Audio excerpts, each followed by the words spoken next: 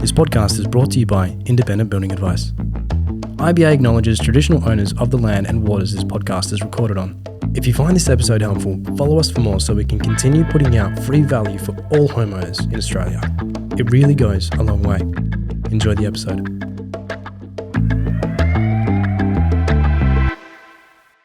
Hi, I'm Bayan from the Home Building Podcast. Welcome back. If you're following us regularly, we're talking about upside down homes. So an upside down home is kitchen, meals, family, al fresco, or in this case, a balcony, is not on the ground floor. It's actually on the floor above. And that is all your living areas up there. And that's generally because you have a killer view of the ocean, river, park, something amazing. And you know what? You just want to spend most of your days in your home looking at that beautiful view. That's what an upside down home is. And that's what we're going to cover. Some things to think about, when to use it, when not to use it, some design ideas. And then towards the end of the podcast, we're going to go some really cool things we've done for clients before that just takes your home to that next level when designing a home for an upside down home. But let's get into it. So an upside down home is awesome. I do love them. They have to be used wisely because there are a lot of people who aren't into upside down homes, and you need to make sure that you've got the right design layout for that. So generally, typically what an upside down home would have is kitchen, meals, family, and a balcony in this case, or which would be an al fresco as normally, looking out over a beautiful view that might be of a lovely park, it might be of the ocean, that might be of a river. It's really beautiful living areas. Now, things to consider with these designs is that your kitchen's upstairs, which means that if you're getting everything taken out of the car, your shopping, school bags, that kind of stuff, you have to cart it from downstairs all the way upstairs, and those stairs get annoying after a little bit, okay? So those going upstairs and downstairs can be frustrating, and that's why you need to choose an upside down home when it is absolutely worth doing. So if you have a view of a house across the road on a normal suburban street, I definitely would not do an upside down home. You really want to make sure it's a killer view and it's worth it. Even if you have a little glimpse of something in the I would question whether that's the best way to go.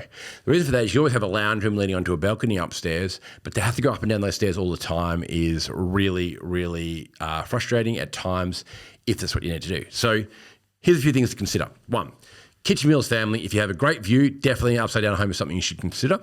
You want to make sure that you maximize your view if it's so good from the most amount of homes. The idea is you're in the kitchen, you're looking at that beautiful view. You're in the meals family area, you're looking at that beautiful view. The balcony is looking at that beautiful view. As many rooms as possible is capturing that view. And that's the idea behind that. If let's say you're looking at the river, for example. With that idea in mind, though, if you're looking at those views, if people are on the river, there's a good chance they can look back and see you as well. So if you've got the lights on, people are going to be able to see you at night doing whatever you're doing. I often drive along where I live, along the riverfront, and you can see all the homes at night, and you can see exactly who's watching, what they're watching on TV, what they're doing in the kitchen, who's cooking. You see everybody in the home. So your privacy, and of course you can close the blinds, but if you don't, your privacy is not going to be as private as you want it to be if you want to maintain those views at night. So it's just something you have to think about and weigh up. It's no reason not to do it, just be aware of what you're looking at. I would highly consider a lift or at least a dumbwaiter in that home. A dumbwaiter is a small lift that takes your groceries and that upstairs and downstairs. It could be cool if your partner's upstairs and you're downstairs or something, you need that glass of wine, they can just put it down the dumbwaiter and just, oh, thanks very much for that. But I would definitely consider a lift. Now, a lift in a home is not expensive. The reason for that, well, it is not expensive as you might think it might be. You're looking about $35,000 for a lift in a home, depending on what size you want. The reason you want that lift there is that if people love your home, you want to think about resale. So who's going to buy my home when I go to sell it? If you're going to sell that home to somebody who you've got a beautiful view and obviously in a nice location, sounds like you're probably in a bit more expensive area. That might mean that the people who can afford your home might be a bit older, so they've got money behind them.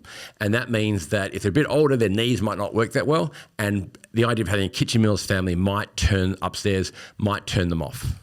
So if they have a lift there, then that's going to offset that problem, that issue, okay? The other thing, if you don't have the money to put aside for a lift right now, at least create a lift shaft for yourself so that in the future, someone can easily put in a lift. It might cost you about $5,000 in setup for today, but someone can retrofit one into your home later.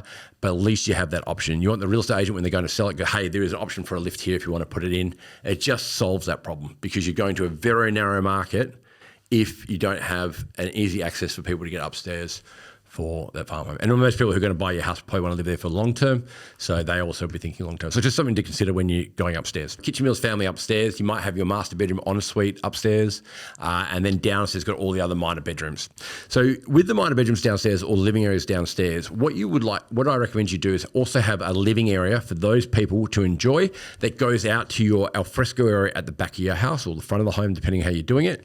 And the reason for that is that you're not always going to want to be on the balcony. You might want to take the dog for a walk, or you might want to kick the footy, or whichever downstairs. You want to have a living area and also an alfresco area downstairs so you can have that lifestyle as well. To me, that makes a lot of sense because, again, sitting on a balcony your whole life, unless you're in apartments, is not really going to be always the case.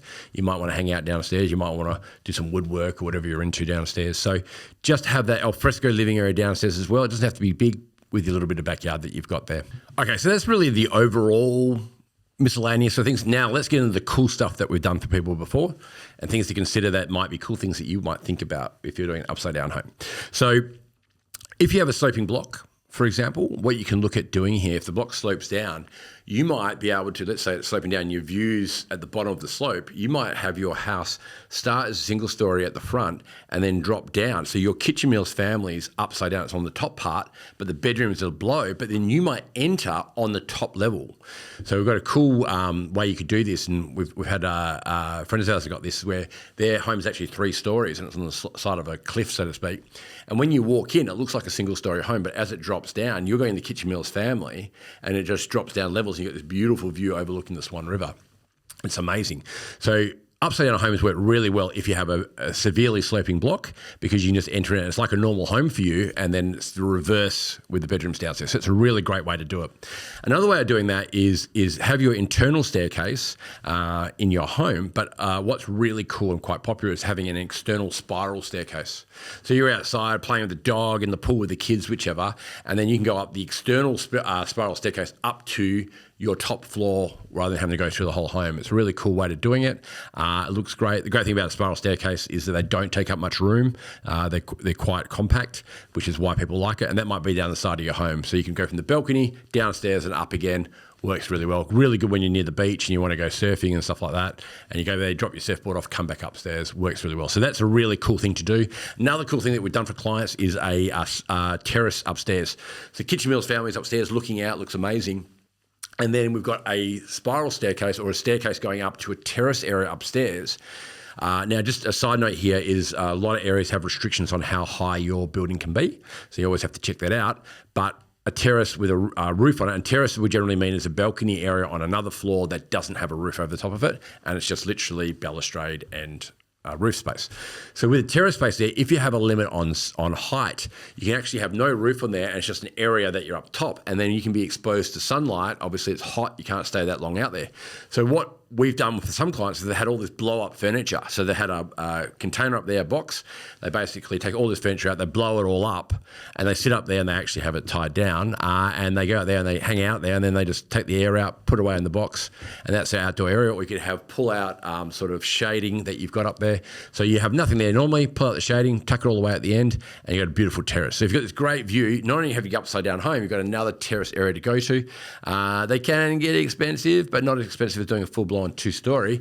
This is something you can look at. I think the one we did, which was about one I'm thinking about, was about 10 years ago, and about 5 years ago, I should say, and that was about $75,000, $80,000, but depends on the house design and layout. So if you can do a little terrace up there, great way to go. It's just another extra to your upside down home. Obviously, with your home being upside down and your Kitchen Meals family being upstairs, that makes it really great for a raking ceiling or a skillion roof over your main living area, taking in your view, but also great for skylights.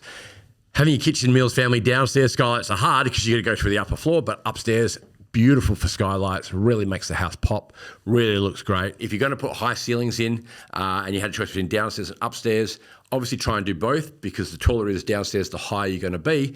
But upstairs is your main living area. That's where you want to spend the money on that feel of wow. Nice big windows and that looking out is really key for that. So the upside down home for skylights or feature ceilings over the main living areas is beautiful for a 2-story home.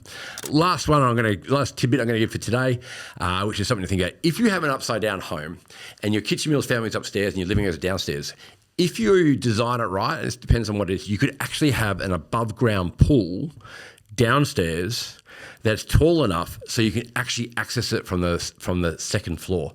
So you actually, if you're out the top there, it's right there, because if you can make it high enough, like a container pool, something like that, high enough of the bottom floor, you can actually access it from the top floor, and it's really awesome if you design it right.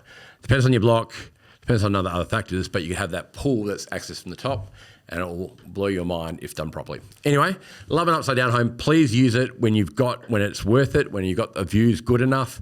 Again, they can be really bad for resale if it's done on the wrong blocks, where it's just not that wow, or it's just not that, and you're just really gonna have to decide that yourself. But a good lounge room or balcony might do the good job, but if you can pull it off and it's the right block, they look magic, and I highly recommend it. We are the Home Building Podcast. We are here to give you advice and tips and everything else like that. But if you're looking at doing an upside down home and you want some specific advice and help, the independentbuildingadvice.com.au, that's us, where you can help you with the design. We can give you some free advice, catch up with us for a bit and just have a chat to us. That's what we're here for. But again, this podcast is all about your journey and giving you the advice so that you have the information in your back pocket so you can get the best outcome for yourselves. Thank you for listening to this episode. We'll see you next week.